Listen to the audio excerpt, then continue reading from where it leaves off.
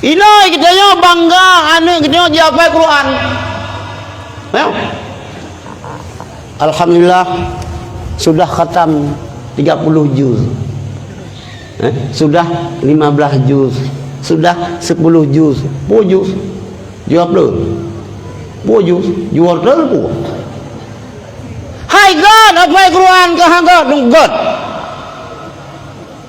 Tapi hanya sekedar anak kita yang tak andalkan, tak korbankan biaya yang cukup lo hanya semata-mata untuk menjadi tahfidz, sedangkan jihana mengerti tauhid, akidah, hana mengerti fikih, rula.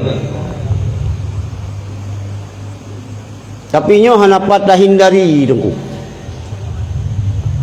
Hana patah hindari urang rata-rata aja anu pesantren hafal Quran. Mia munal le kita nyo oronyo yan walid. Kita nyo pi beuna dayah Haji Bandung yang terima untuk hafal Quran, tapi beuna beut fikih. Beuna beut tauhid. Ya jo, alhamdulillah.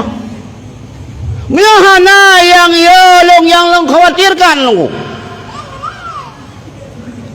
Yang hafal Qurannya dia tu khawaritnya ya hafal Quran hana tlo kerongkongan khawarit nyan yang yo tu nyan yang yo tu walaupun pemerintah olehnya yang digalakkan pesantren tahfidz. Nak salah. Yang dia tu masalah apabila hanya semata-mata hafal Quran hana murno fikih.